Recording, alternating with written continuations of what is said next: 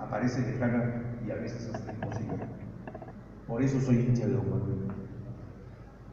Personaje de la Ilustración, mente aguda e inquieta, el legado de González Prada es un látigo que fustiga la conciencia nacional y resurge siempre, sobre todo en épocas de crisis. Citado pero nunca emulado, persistirá también debido a la gran frustración nacional y al hecho de que como nación, citando a Jorge Basadre, todavía somos una promesa incumplida.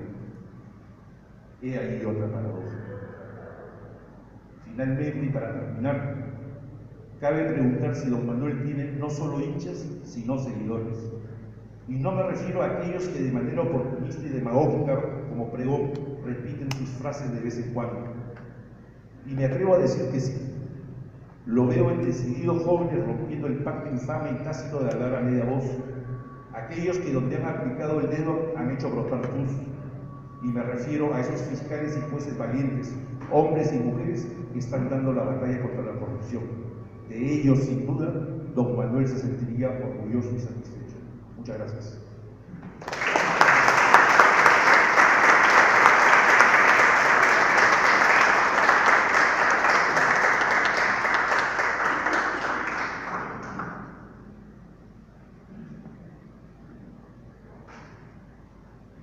Buenas noches. En primer lugar quisiera agradecer a la Casa de la Literatura por la invitación para comentar la buena idea y mejor realización de la publicación del discurso de Manuel González Prada, el intelectual y el obrero, en formato libre. Debo confesar que cuando recibí la invitación tuve reparos, porque no tenía claro qué podía yo aportar, cuando solo había comentado en un artículo los aspectos gráficos y plásticos de la exposición que organizó con motivo del centenario del fallecimiento de nuestro ilustre pensador.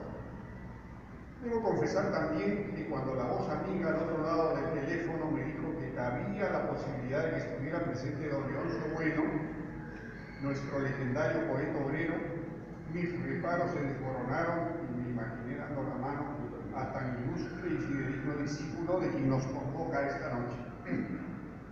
Más aún, cuando al día siguiente conocí el libro, mis vacilaciones se convirtieron en decidido entusiasmo.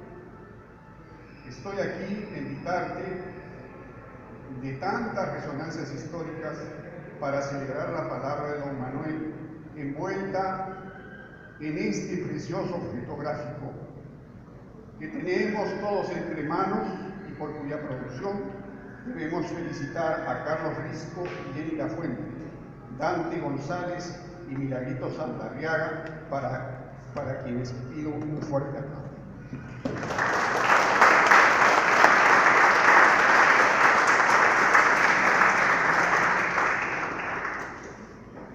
En estos tiempos en que la cultura letrada sobrevive a duras penas ante los embates de la cultura audiovisual que tiene atrapada a nuestra juventud pendiente de memes, clips y mensajes de 140 caracteres, resulta refrescante y esperanzador saber que la Casa de la Literatura ha ideado y producido un artefacto que es arte casi comestible, fiesta de color y envoltura festiva que invita a releer a uno de nuestros intelectuales más fecundos en una sociedad tan reticente y suspicaz como los intelectuales. Me viene entonces una pálida esperanza de que nuestros jóvenes puedan acercarse a la lectura si aparecen anzuelos, ganchos, trucos tan persuasivos como este maravilloso libro. Libros que, como el pan alimenta el cuerpo, alimenten la mente y las emociones de la nueva generación que ya globalizada debe competir con muchachos y chicas que leen 10 veces más que la nuestra. Como todos sabemos, don Manuel adquirió fama entre sus pares sociales de ser un hombre conflictivo, como diríamos ahora. ¿Y por qué? Porque no tenía pelos en la lengua, porque al pan le decía pan y al vino vino. Pero no era una franqueza o ironía cualquiera la de su verbo. No, lo trataron de resentido social y hasta de incendiario porque era, según nuestro lenguaje actual, un antisistema, es decir, alguien identificado con los de abajo, particularmente con los indios, que quería producir un cambio profundo en las relaciones de poder en la sociedad.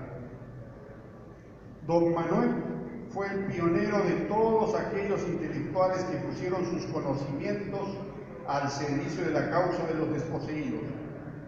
Fue el maestro de la generación del centenario, que tantos cambios en la vida intelectual, social y política propició y realizó. Es curioso, pero digamos a él le correspondía, nacido en el año 44, de la promoción, de la generación de antes de la guerra con Chile, digamos que le correspondía ser maestro de la generación de lo que se llamó la generación del 900, pero no tuvo discípulos, seguidores entre la generación del 900. Fue más bien en su tercera edad, podríamos decir. Acuérdense que cuando lanza este discurso que tenemos entre manos, ella tenía 60 años. Es decir, entre los 60 y cuando muere, a los 70 y tantos, él empieza recién, fíjense ustedes, a ser reconocido por los jóvenes de la época. Y los jóvenes de la época, que ahora le llamamos la generación del centenario, diferente de la generación del 900, estaban entre ellos pues a los grandes transformadores que hicieron al Perú moderno. Ya mi predecesor mencionó Víctor Raúl Aya de la Torre, pero también al Gran Valdelomar, César Vallejo, fíjense ustedes, Ana María Malakoski en un post que lanzó ayer, recordaba los primeros meses de Vallejo en Lima, en el año 18, cuando viene provinciano, no solamente del norte, sino de la Sierra Norte, ¿no es cierto? Viene sin mayores contactos. ¿A quién va a buscar? Entre sus primeros contactos va a buscar a don Manuel, y tienen una sesión de intercambio, de lectura de ambos poemas. Los dos se admiraban, fíjense ustedes. Pero don Manuel, que tenía ya 70 y tantos, fíjense, con un jovencito, y así otros jóvenes fueron persuadidos, encantados por su verbo, por su franqueza, por poner, como él decía, el dedo para que brotara la pus de los males del Perú, de la patria.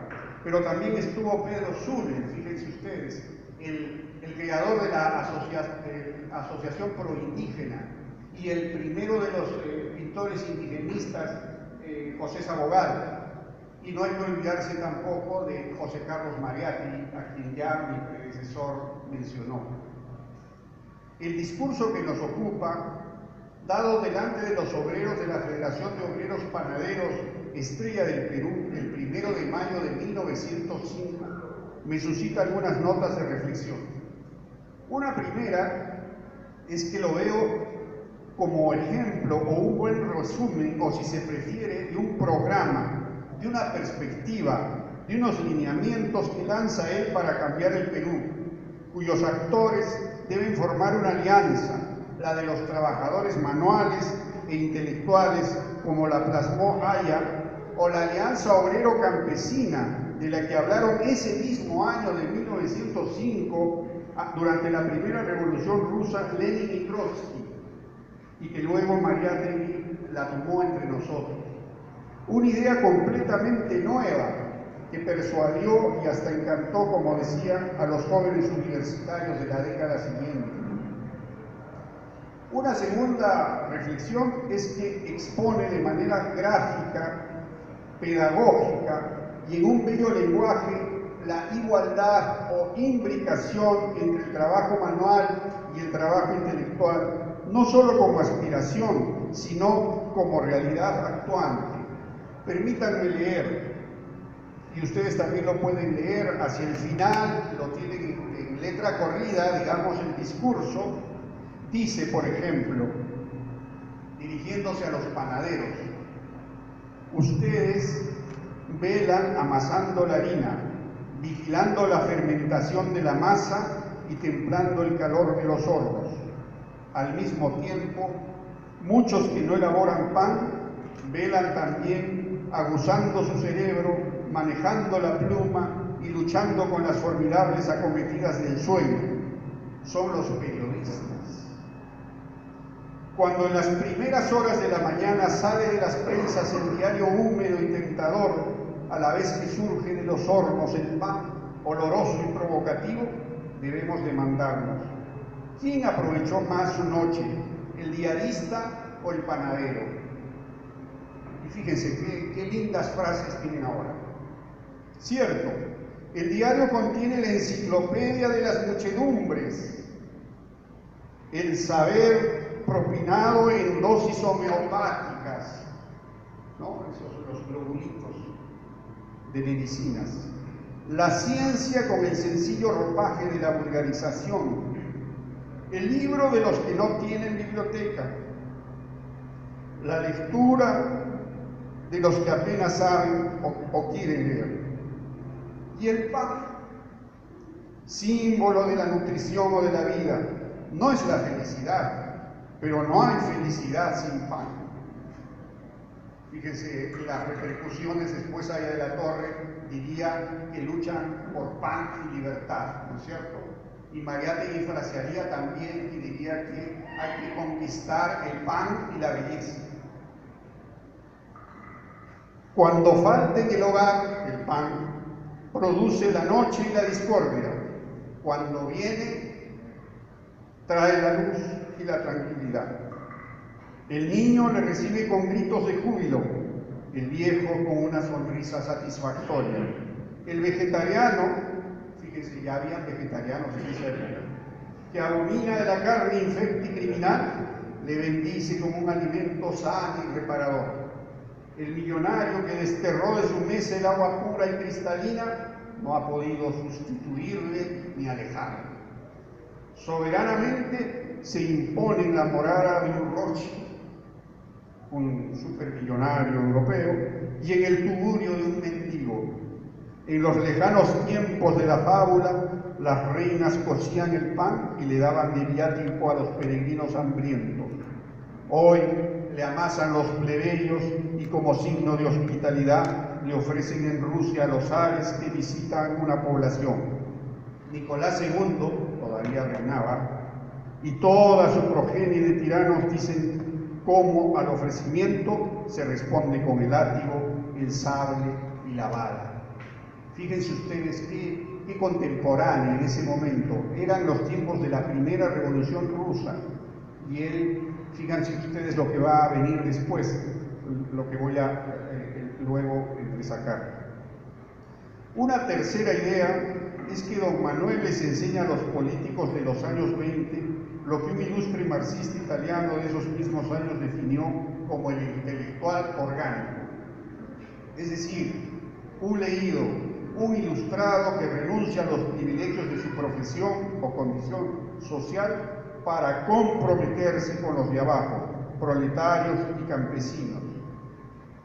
González Prada no escribe tratados, escribe artículos, da discursos, transforma su círculo literario en un partido, se hace anarquista, combate a oligarcas y a un clero que solo predicaba sumisión y resignación para los de abajo. Arroja sus semillas a diestra y siniestra y va a tener discípulos más que en la generación del 900, como dije, en la que le sigue, pero también son sus amigos, los obreros, como Manuel Caracciolo, Teodomiro Rodríguez, Delfín Lévano, Manuel Astete, Francisco Loaiza, Félix Arias. Hay que recordar que don Manuel fue un intelectual con un enfoque distinto de su visión respecto de sus colegas contemporáneos.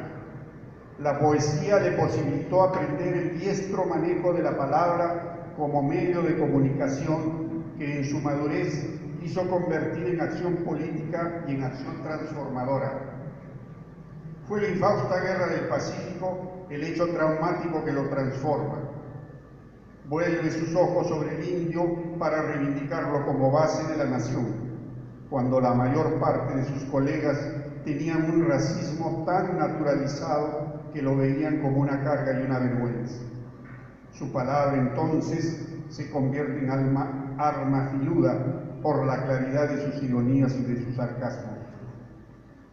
Más de 100 años después, la realidad ha cambiado profundamente porque ya casi no tenemos una clase obrera, sino a individuos que luchan por sobrevivir en cachuelos mal pagados, luego de las profundas transformaciones que trajo la embestida neoliberal, no solo en el Perú. Hoy tenemos a los jóvenes niños que ni estudian ni trabajan, que deambulan por calles inseguras y pueden ser atraídos ya sea por el discurso hedonista, por el pesimismo de la cultura zombie o por el discurso decadente de demagogos neofascistas. Si bien los de abajo han conquistado el reconocimiento de derechos, la educación se ha extendido y hay menos miseria, la revolución de las comunicaciones nos ha vuelto egotistas y escépticos frente a los discursos políticos y vamos como sociedad pendulando sobre un mismo eje sin poder avanzar hacia el bienestar que otras sociedades consiguieron. Y entonces él en este discurso también en un momento llama a la revolución, pero advierte también que tengamos los ojos abiertos. ¿Qué persigue un revolucionario? Les dijo en ese discurso de 1905. Influir en las multitudes, sacudirlas, despertarlas y arrojarlas a la acción. Pero sucede que el pueblo, sacado una vez de su reposo, no se contenta con obedecer el movimiento inicial, sino que pone en juego sus fuerzas latentes, marcha y sigue marchando hasta ir más allá de lo que pensaron y quisieron sus impulsores. Los que se figuraron mover una masa inerte se hallan en un organismo exuberante de vigor y de iniciativas. Se ven con otros cerebros que desean irradiar su luz, con otras voluntades que quieren imponer su ley. De ahí un fenómeno muy general en la historia. Los hombres que al iniciarse una revolución parecen audaces y avanzados, pecan de tímidos y retrógrados en el fragor de la lucha o en las horas del triunfo. Así, Martín Lutero retrocede acobardado al ver que su doctrina produce el levantamiento de los campesinos alemanes. Así, los revolucionarios franceses se guillotinan unos a otros porque los unos avanzan y los otros quieren no seguir adelante o retrogradar. Casi todos los revolucionarios y reformadores se parecen a los niños, tiemblan con la aparición del logro que ellos solos evocaron a fuerza de chillidos. Se ha dicho que la humanidad, al ponerse en marcha, comienza por degollar a sus conductores. No comienza por el sacrificio, pero suele acabar con el ajusticiamiento, pues el amigo se vuelve enemigo, el propulsor se transforma en rémora. Toda revolución arribada tiende a convertirse en gobierno de fuerza. Todo revolucionario triunfante degenera en conservador. ¿Qué idea no se degrada en la aplicación? ¿Qué reformador no se desprestigia en el poder? Los hombres, señaladamente los políticos, no dan lo que prometen, ni la realidad de los hechos corresponde a la ilusión de los desheredados. El descrédito de una revolución empieza el mismo día de su triunfo y los deshonradores son sus propios caudillos. Yo, por ejemplo, pensaba en Nicaragua, en la revolución sandinista traicionada. Gracias.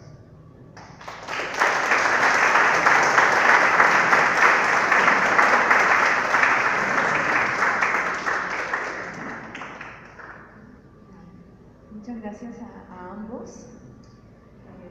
Quería resaltar algunos aspectos que han mencionado.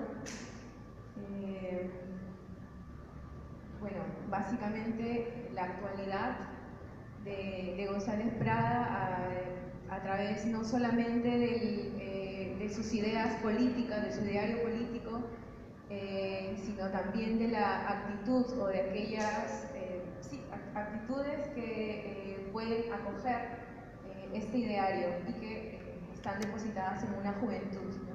Una juventud que no necesariamente es cronológica, sino bueno, de espíritu, ¿no?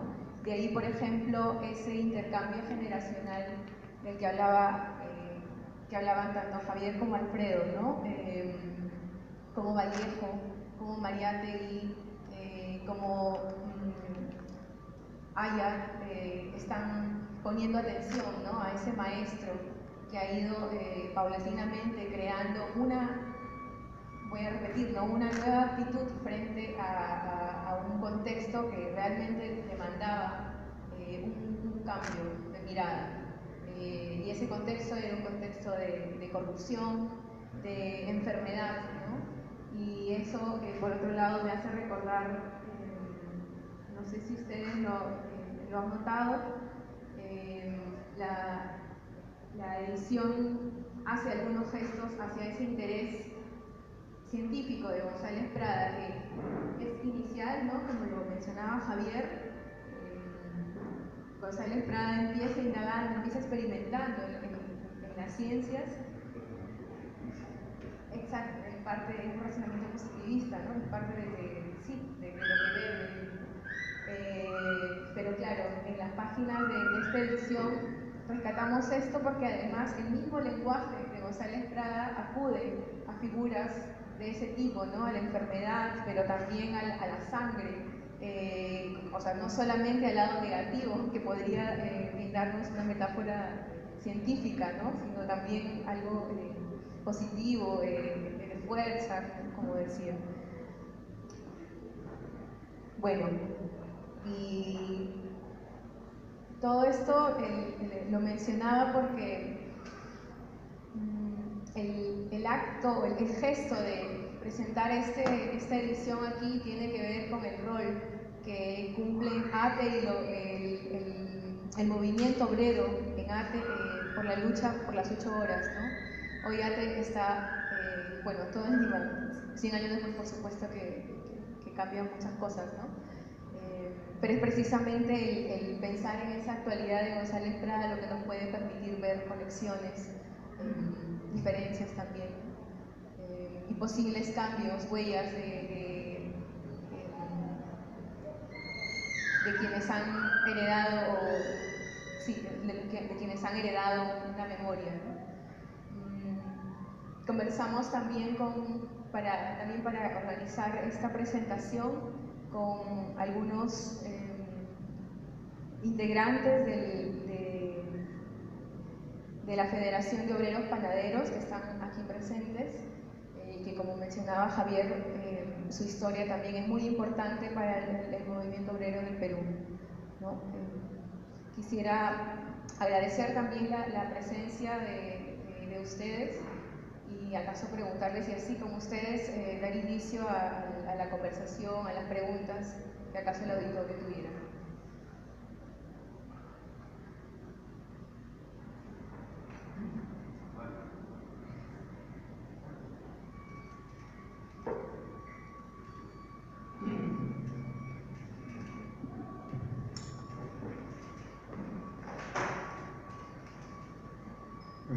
Primeramente agradecer la oportunidad que se da a la veterana Federación de Obreros Panaderos Estrella del Perú de estar presente acá en la presentación de este libro, que más que nada es un libro reflexivo. Ustedes han resaltado la personalidad de don Manuel González Prada, aquel revolucionario que se enfrentó a su propia sociedad, que le llamó corrupto al corrupto y al congresista le llamó holgazán. Aquel que dijo de que en esa sociedad donde se ponía el dedo se ataba la luz. Y también llamaba a los jóvenes, hoy en día, que se trata de un nuevo congreso, se están llamando a jóvenes, pero no se trata de jóvenes de edad, sino se trataba de jóvenes que renovaran las ideas, que aún siendo veteranos tenían ideas nuevas y revolucionarias. Ese era don Manuel González Prada. Pero hay algo más todavía que resaltar. ¿Por qué el discurso del intelectual y el obrero en la Federación de Obreros Panaderos Estrella del Perú? Es que Manuel Caracciolo Lévano, presidente de la Federación, había sido un revolucionario que luchó en las filas de Cáceres contra los chilenos. Y después, posteriormente, Manuel Caracciolo luchó en las filas de Piérola Cáceres. ¿Pero por qué? Porque precisamente Piérola venía de Chile a hacer la revolución acá al Perú, entrando por Arequipa, y con su discurso político engañaba pues a todos los trabajadores, a los obreros y campesinos, para decirle que iba a lograr un bienestar. Sabemos lo que pasó en la guerra con Chile, cuando Piérola tuvo la oportunidad de ordenar a Cáceres que atacara a los chilenos cuando ellos habían destruido Chorrillos.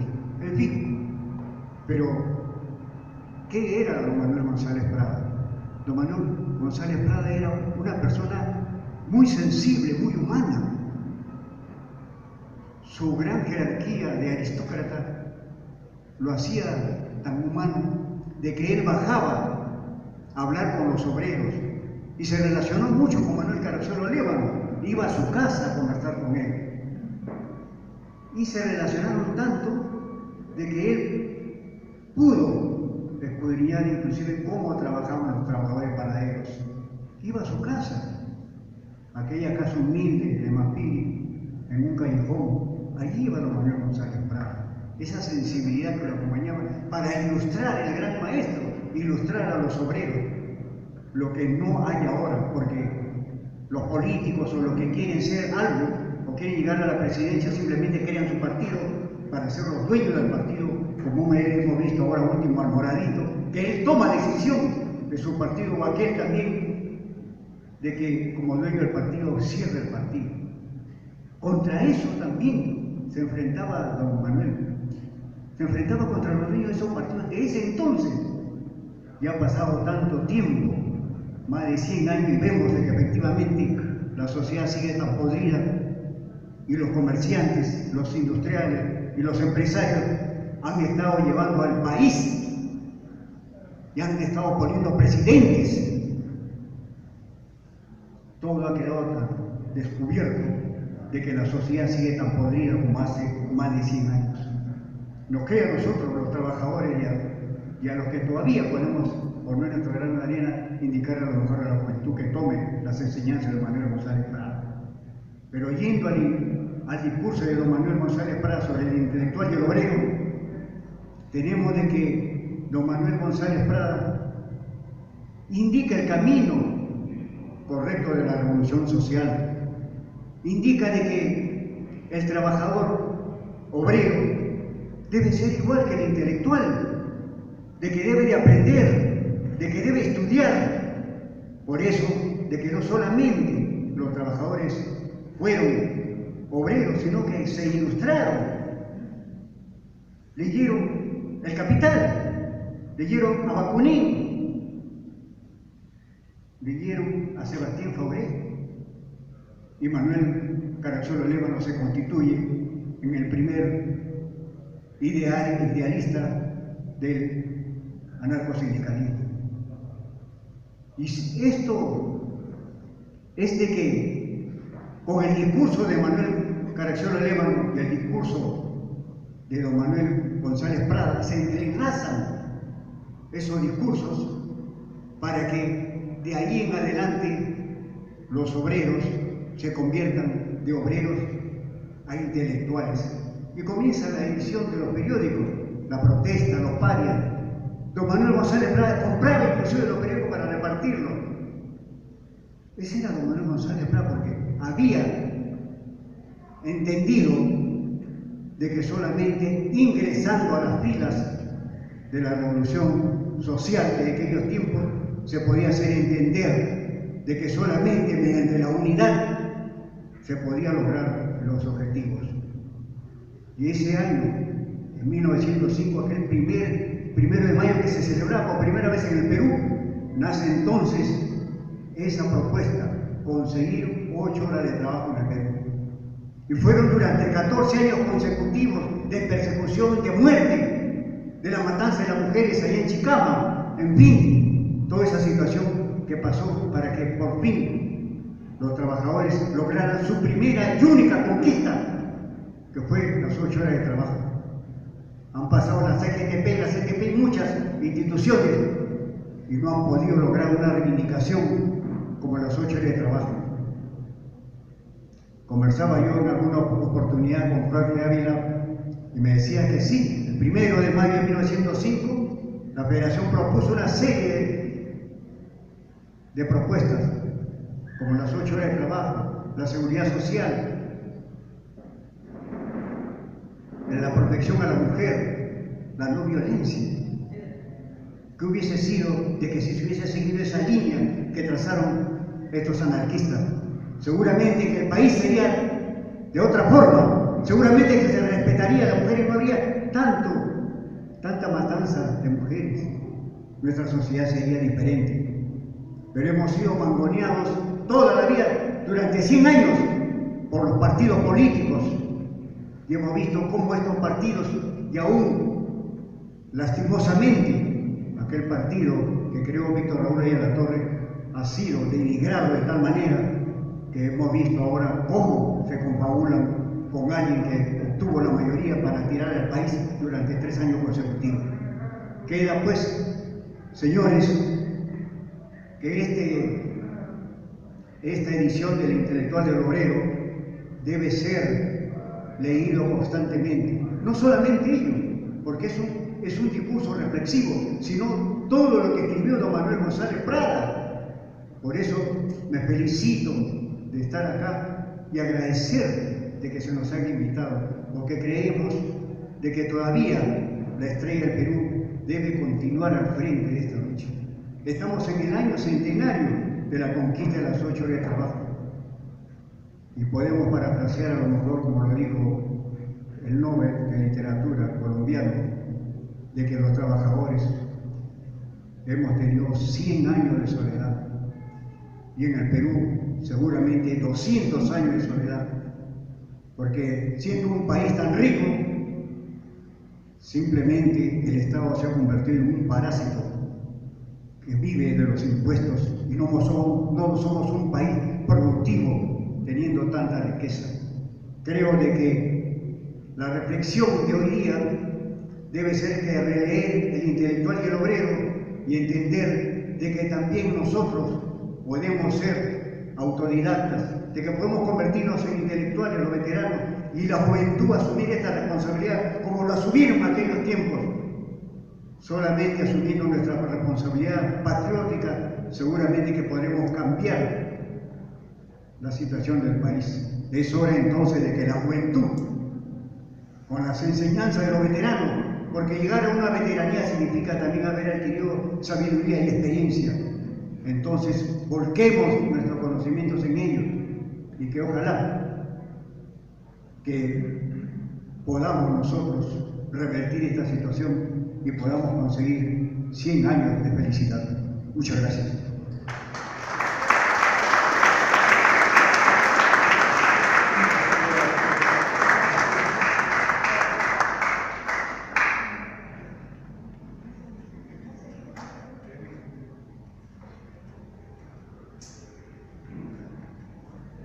Buenas noches, tengo unas preguntas.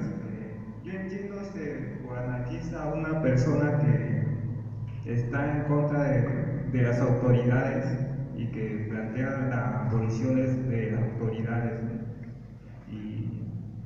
Y González Prada planteaba una serie de reformas. Entonces, ¿por qué vendría a ser González Prada un anarquista? Y otra pregunta es sobre su candidatura política. Él crea un partido, pero después no postula nada. No quiere ser presidente o congresista. Creo que se va a Europa y deja el partido y un tiempo después su partido se disuelve. No sé qué pasó con su candidatura política, ¿no? Esas son mis preguntas.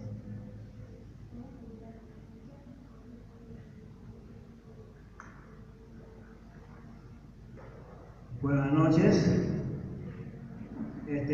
Como portavoz, digamos, mentores de esta reunión que es muy loable, ante todo, para conocer nuestra cultura, qué ha pasado, nuestros ancestros. Bueno, agradecer, al menos yo agradezco, juntamente con el señor Pérez Sarabia, al Centro Cultural, que nos ha dado acogida hoy día, y también a la Casa de Literatura en este caso a nombre de la señorita Diana Anaya, que está en la mesa. Entonces, por tener la visión de realizar esta reunión, Vistarte en 1871 se formó, teniendo como base la que ahora es Plaza Vistarte, y en ese tiempo era la fábrica textil Vistarte. 148 años va a cumplir, y casualmente estamos ya en esta semana, el sábado comenzamos nuestra ceremonia por 148 aniversario. De este centro fabril han salido muchos dirigentes anarcosindicalistas. Lamentablemente Manuel González Prada no llegó a ver, digamos, lo que él sembró como semilla para el goce de los trabajadores, de los obreros. Acá hubieron buenos dirigentes anarcosindicalistas. En este caso, digamos, no está presente el hijo, digamos, sucesor, Juan Híjar Salazar, que fue uno de los primeros dirigentes de ese tiempo. Salió Nicolás Gutarra, Fernando Narvarte, Fonquén, y así sucesivamente. Varios de esos tiempos fueron los dirigentes de aquel Vistarte. No sembró, digamos, en vano la semilla que él propuso. Nada más que, vuelvo a repetir, no logró ver los frutos. Pero su semilla sí germinó. Y para vos, yo digo, su semilla fue la consecución de la jornada de las 8 horas. Que también aquí en Vistarte, lamentablemente, no se llevó a cabo, porque para mi criterio debía irse encumbrado a nivel nacional, celebrado aquí por ser la matriz donde salieron esos dirigentes de esa época para poner las 8 horas. Aquí en este momento hay presentes dirigentes sindicales que han sido. Acá tengo un amigo, en este caso el señor Justo Montemayor, que es casi de mi edad, 83 años. También él es profesor, dirigente, docente, y es propugna. Ya varias veces le di conversar con la señorita Naya. Claro, él por su edad ya no se puede movilizar mucho, pero mentalmente sabe mucho de la historia de Vistarte, y esa historia que generalmente la juventud de nuestro pueblo desconoce. Hemos llegado con el señor Percy Sarabia en estos días al colegio Manuel González Prada de Huaycán, porque lleva el nombre de ese precario precursor anarcosindicalista. Pero me parece que no han venido, será por la distancia que no han venido, pero me hubiera gustado estar. Acá tenemos presente también al señor Cruz del Castro.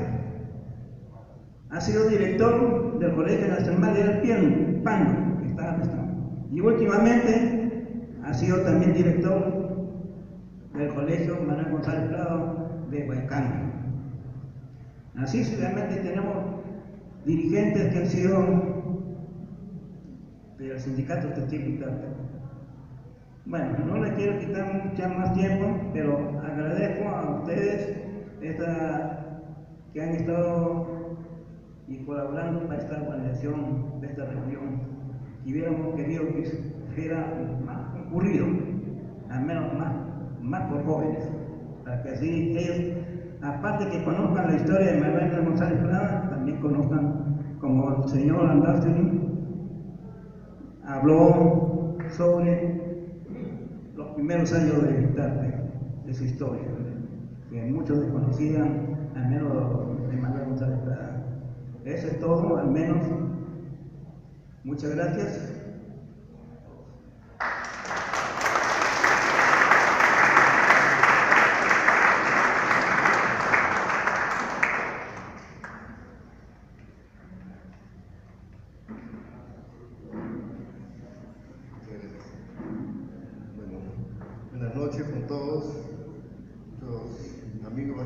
Vitarte aquí presentes, que me alegra que estén compartiendo esta experiencia. Primero tengo que agradecer a la Casa de la Literatura por haber hecho este trabajo tan importante, de volver a reconocer el valor y el papel que cumplió en esta tarea de formación de la lucha social y de protagonizar y dirigir esa nueva conciencia que el país necesitaba.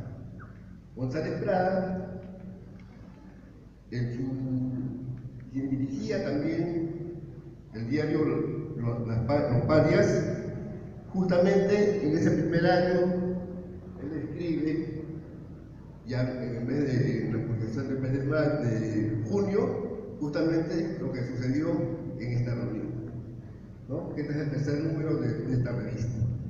Pero también, no era solamente que González Prada se relacionaba con los dirigentes panaderos, se relacionaba con toda la dirigencia, todos los líderes sindicales, aún organizados como sindicatos, o en ese tiempo unificaciones obreras, como el caso de la unificación obrera de Vitarte. Y tenemos aquí el homenaje que se hizo por la jornada de las 8 horas en sus inicios, en la de 1907, donde aparecen justamente los trabajadores del Inca, de la Victoria y de Vitarte también presente, cuando aún no había unificación obrera. La unificación obrera de Vitarte es de 1911, pero ellos tenían sus comités, y estos comités eran funcionados como una organización proletaria, no organizada como unificación o sindicatos que ahora conocemos, pero ellos tenían como células, pero estas células eran anarcosindicalistas. Y Vitarte estuvo presente desde sus inicios, porque el primer paro general obrero de la historia de Perú se da justamente en 1895 acá en Vitarte. Entonces, ellos, si bien no aparecen en los documentos de 1905, eran parte de esa historia. Fueron construyendo esa historia, y yo diría dos elementos importantes a tener en cuenta. Justamente la publicación del Intelectual y Obrero nos da un mensaje que lo recogieron justamente los amigos panaderos Delfín y Carrizono Legal, que es tener capacidad, formarse. Los obreros de aquella época eran, como en el caso de Vitarte, eran supuestamente analfabetos, porque no había derecho a la educación, y entre ellos enseñaron a leer y a escribir. Y los libros de la unificación obrera textil de Vitarte, como los de la Federación, actualmente, de la Federación de Panaderos, actualmente ya declaró Patrimonio de la Nación y inscritos en la memoria del mundo, son un gran ejemplo de cómo ellos, a través de su historia escrita, nos dicen cómo vivieron y cómo reconocieron todos los avances culturales que ellos tuvieron, porque los debates que tenían en las asambleas no eran solamente de reivindicaciones, era formación de conciencia. Y es por ello que tanto en Lima como en Vitarte hubo bibliotecas obreras. La de Vitarte tenía más o menos 2000 libros. Y cuando comentaba con los dirigentes antiguos, los trabajadores antiguos de Vitarte, porque mi familia vive en Vitarte desde 1910, justamente me decían que ellos iban a la biblioteca, ellos podían pedir cualquiera de los libros. Al día siguiente regresaban a la biblioteca y hacían su tertulia, conversaban sobre lo que habían encontrado. Entonces se autoformaban entre ellos. Y el teatro obrero, que también fue promovido como la banda, había una banda también de trabajadores obreros, las textiles, ¿qué hacían? Las obras tradicionales, anarquistas de la época, las volvían al lenguaje nacional de lo que sucedía en el Perú. Entonces, esa tradición que justamente se inicia con la Federación de Panaderos, quienes formaron el mundo sindical nuestro en el Perú, la concluyó en sus primeras luchas en 1905 los panaderos, la iniciaron, pero los que lo concluyeron fueron los textiles, cuando formaron en 1915 su federación y tomaron las riendas en la lucha de esta reivindicación. O sea, están hermanados, como me decía Julio Portocarrero, ellos siempre tenían un gran respeto a los dirigentes de la Federación de Panaderos, porque en todas las contiendas que tuvo, fueron los primeros que los apoyaron. Entonces, Vitarte siempre estuvo en la historia, articulado los textiles con los panaderos. Pero después, bueno, hubo ya una diferencia de conceptos. Eran personas muy leídas. Y después, en 1924, la unificación obrera que existe en Vitarte asume lo que llaman las banderas maximalistas y rompen con el anarcosindicalismo. Y desde ahí marcaron un poco sus diferencias. Pero yo quiero terminar diciendo que este discurso tan interesante de cómo se da una revolución que se promueve desde abajo, ¿no? Y él fija claramente el rol que cumplen estos líderes, y muchos de ellos de los partidos políticos, se expresan en un escenario actual.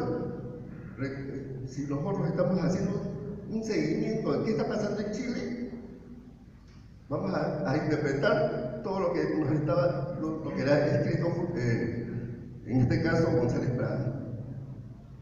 En Chile comienza una revolución y los partidos políticos y el gobierno quisieron paralizar ese proceso, pero las masas los arrebasaron. Y hubieron partidos que dijeron no al cambio de la Constitución y tuvieron que después retroceder y hasta el presidente aceptar que se tenía que cambiar la Constitución.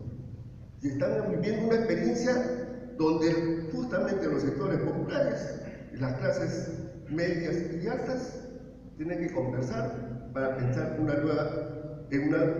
nuevo estilo de sociedad. Ante tanta injusticia de las AFPs que nosotros conocemos y que nosotros vivimos, donde allá les daban miserias y de aquí del país se tienen muchas inversiones de la AFP que les dan grandes ganancias. Y entonces, yo creo que si podemos nosotros revisar este gran documento, felicitándolos nuevamente por esta publicación, porque los jóvenes, como dicen, no leen, ¿no? En Chile también dice lo mismo, pero ¿quiénes están liderando la lucha? Los jóvenes. ¿Y qué están utilizando? Las redes. Las redes sociales son su forma de convocatoria. Entonces, todavía creo que hay cosas que aprender.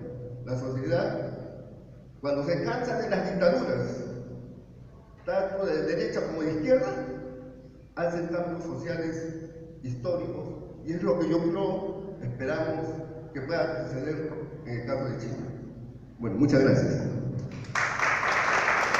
Vamos a tener dos últimas intervenciones.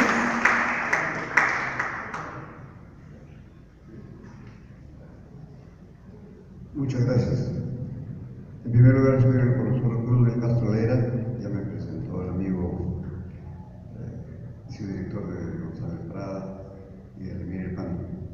Para felicitar a la comisión que organizaba este evento, muy rico en cultura e historia, sobre todo para nuestros muchachos y nuestros jóvenes, que es falso que los jóvenes no lean.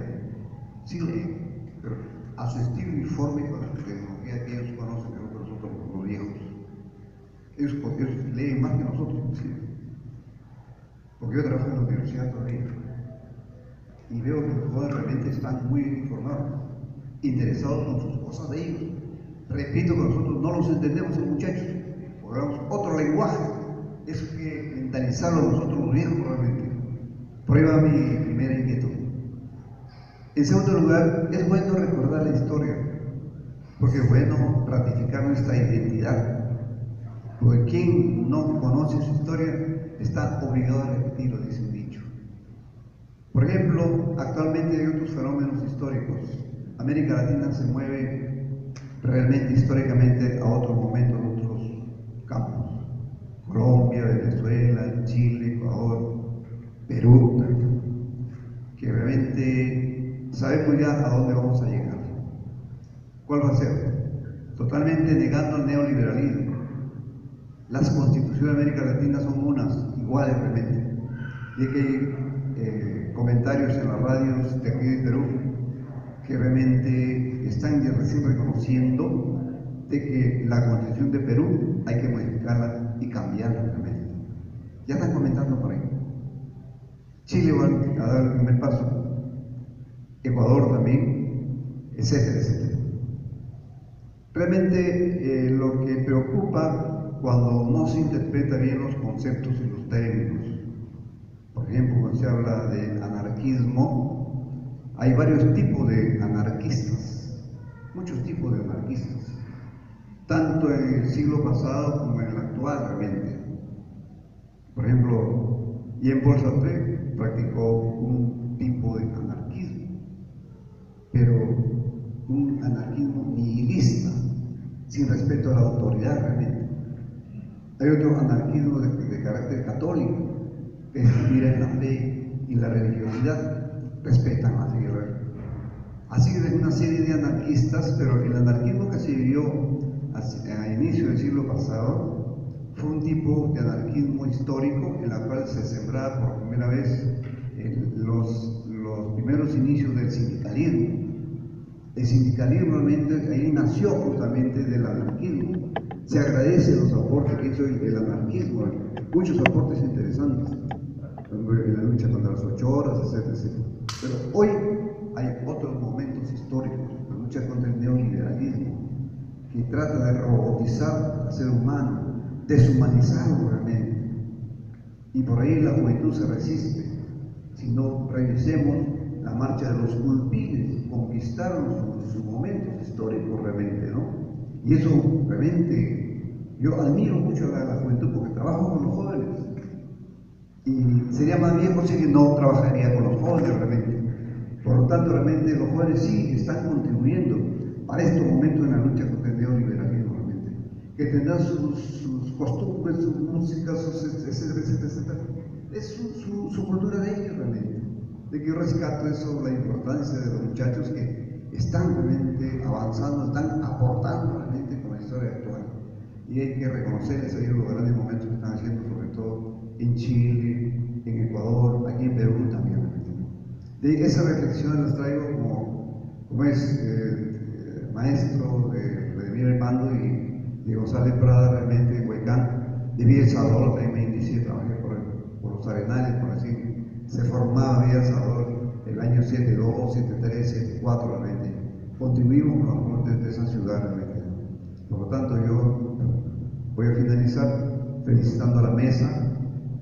Yo pienso que son grandes los ideales que tienen, muy posible de conquistar, lograr, siempre y cuando veo acá realmente amigos de diferentes colores políticos. En el barrio nos conocemos realmente y cada uno tiene su color político en la frente. Aquí hemos venido realmente con un espíritu de unidad y aportar con nosotros. Muchas gracias por eso.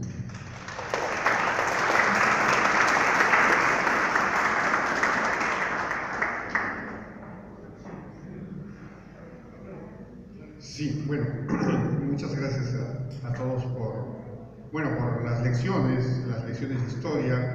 Como decía el profesor, el pueblo que no conoce su historia está condenado a repetirla. Y bueno, tenemos tantos ejemplos en los últimos meses, ¿no? Un pueblo tan cercano en nuestra historia como el pueblo chileno, las lecciones que nos está dando, ¿no? O un pueblo tan cercano, cultural y geográficamente, pero tan lejano en nuestra experiencia como el pueblo ecuatoriano. Hemos tenido explosiones de cólera, de ira popular, ¿no? Tal vez la última institución que tuvimos nosotros fue la del paro del 19 de julio del 79, ¿no? Donde Vitarte fue uno de los, donde estuvo una de las grandes expresiones de la cólera popular contra la dictadura militar, ¿no? Y bueno, claro, toda la carretera central, cuando en esa época pues había un cordón industrial aquí, ¿no? Mucho ha cambiado la sociedad, nuestra economía, nuestra cultura, mucho ha cambiado en pocos años y a veces no sabemos a dónde vamos y hay incertidumbre y hay pesimismo. Pero como decía el profesor, hay también razones de esperanza, ¿no? Hay razones de esperanza y, por ejemplo, el trabajo si me permiten, el trabajo de la Casa de la Literatura, que yo la verdad lo conozco muy poco, me parece extraordinario, y me parece extraordinario el concepto de este libro, ¿no? Quisiera destacar eso. O sea, esa cosa de que el joven lee poco, digamos porque está muy ocupado, como todos, va a poder leer poco, pero sustancioso, ¿no? Me parece maravilloso ese concepto, el concepto de este libro, o sea, haber puesto como en carteles en la calle, ¿no es cierto?, como carteles para marchas, ¿no?, como memes de los jóvenes, ¿no?, que uno lee poco y entiende mucho, son textos que sugieren cosas, ¿no es cierto? Era en un cierto sentido, jalando agua para mi molino, González Prada era lo que en arte se conoce a los minimalistas, es decir poco y sugerir mucho, decir poco, también dicho, que te genera, ¿no es cierto?, pensamientos y sentimientos concatenados con eso que acabas de leer, que acabas de ver.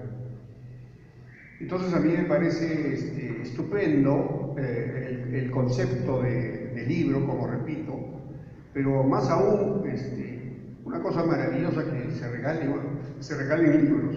A mí me parece extraordinario. En estos tiempos hasta solamente, como decía el poeta Neruda, solo falta que al aire le pongan precio, porque ya le pusieron precio al agua, ¿no? Y entonces que te regalen un libro es una fiesta. Y yo celebro y invito a que aplaudamos a la Casa de la Literatura por el regalo.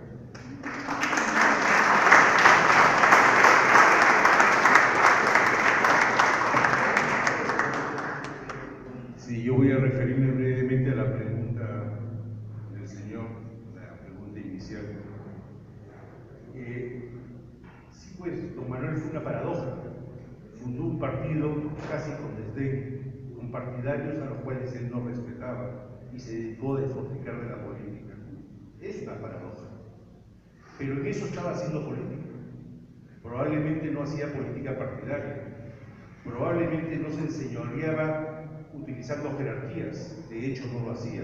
Utilizaba el verbo. Y vamos, como lo utilizaba. Eso es hacer política.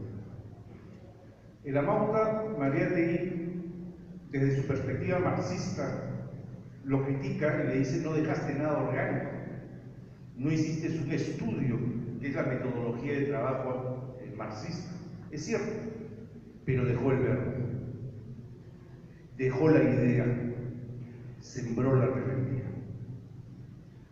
Frente a eso, que es una paradoja, por eso es que yo me declaro un hincha, porque en realidad no sé cómo entenderme, si como partidario de alguien que no quiso tener partidarios, entonces me reduzco a la condición de hincha y seguidor, casi que esta oportunidad me ha hecho resucitar esa lectura juvenil, ¿no?, ya de hace algunos lustros. Ese fue don Manuel González Prada, casi un hombre indescifrable, pero por otro lado absolutamente abierto. Vamos, si hay alguien que no esconde nada es él. Y acá estamos 100 años después. Quería referirme brevemente, creo que Alfredo tocó algo, el señor por allá tocó el tema de Chile. A mí lo de Chile, que lo distingo de lo de Colombia y lo de Ecuador, me parece un tema muy, muy interesante, porque no tiene rostro, no tiene jerarquía, no tiene organización. Son masas espontáneas, juveniles, que se movilizan. Sabemos qué cosa es lo que no quieren. Hasta ahora con precisión no sabemos lo que quieren. Han pasado 40 días y recién se están dibujando las líneas gruesas, que en algún momento tendrán que ser delgadas y tendrán que plasmarse en lo primero que se ha consensuado, una nueva constitución. Ese fenómeno de no tener rostro y no tener jerarquías me sabe mucho a González Prada. No digo que sea lo mismo, de hecho no lo es, pero sí pareciera algo muy similar. Algo parecido, y me voy a ir al otro lado del mundo, a los chalecos amarillos de París, y probablemente a los movimientos orientales en Hong Kong, que ya llevan 6 o 7 meses, cuya característica es esa, no tener rostro. Son masas sin jerarquía. Que hay una organización a través de las redes y últimamente se ha descubierto un software que parece que es el que los organiza y que es una tecnología de punta genial, pero no tiene rostro. Y eso me parece muy González Prada. Lo de Colombia tiene rostro, lo de Ecuador tiene rostro y organización. Se asemeja, sí, en que todos están manifestando un desasosiego y un rechazo al modelo que en estos momentos está plasmado en la región. Hasta ahí todo coincide. Pero lo de Chile, a mí me parece que se recordará, como se recuerda hasta ahora, las jornadas de París del 68, que marcaron época. Europa nunca más volvió a ser la misma después de mayo del 68. Y como reflejo, Latinoamérica tampoco. Me da la impresión que lo de Chile, que todavía no sabemos de lo que va a terminar y hasta dónde va a llegar, ¿correcto?, marcará una época. Y nosotros los peruanos debemos estar atentos a eso, a no adelantarnos y hacer falsas lecturas o de lecturas apresuradas o equivocadas, a defender cosas que no sabemos cómo han empezado ni cómo van a terminar, ni mucho menos aplaudir algo que no sabemos tampoco en qué consiste. Eso en cuanto a lo de Chile. Yo quería poner un poco acá el señor, el maestro, lo escuché muy atentamente. Ahí sí voy a discrepar con usted abiertamente. Si bien es cierto, existió un anarquismo católico, pero eso es casi un oxímoron, ¿no? Es una contraria, eso no existe, ¿no? Eso es como decir agua seca, no existe el agua seca, ¿no? El anarquismo de Don Manuel fue un anarquismo ateo, fue un anarquismo anticlerical, primero, me corrijo, fue un radicalismo anticlerical que se convirtió luego en un anarquismo que de suyo es ateo. En ese humor ácido que tenía Don Manuel al final de sus días, se le preguntaba si seguía siendo ateo, y Don Manuel respondía que solo era agnóstico, porque unos días creía en Dios, pero otros días no. Gracias.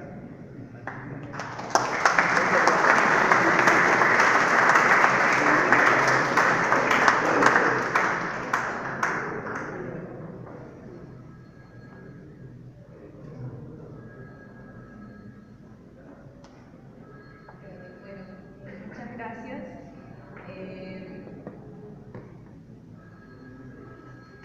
Bueno, yo quería resaltar un aspecto del libro que también ha surgido en varios momentos, pero que quería conectarlo con lo que sigue. González Prada se adueña de la palabra, ¿no?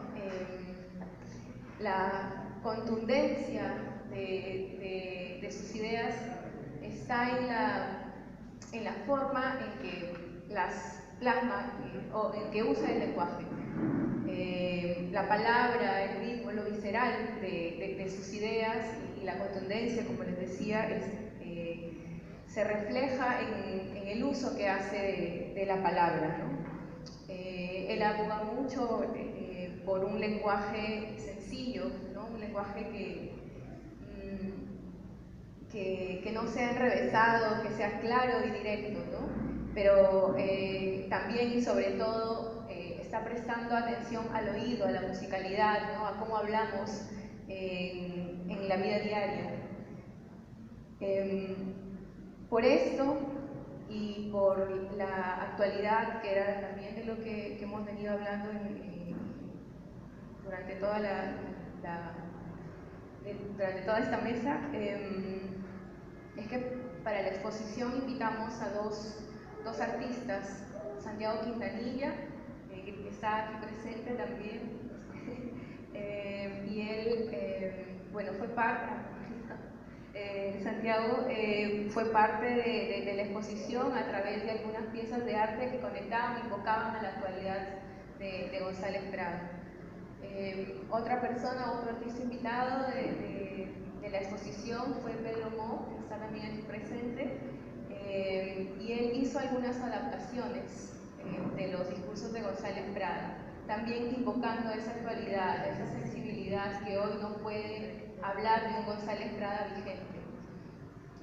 Entonces, por esa razón, por esa última razón, es que quisiera ahora invitar a Javier Alfredo a sentarnos allá y darle paso a Pedro.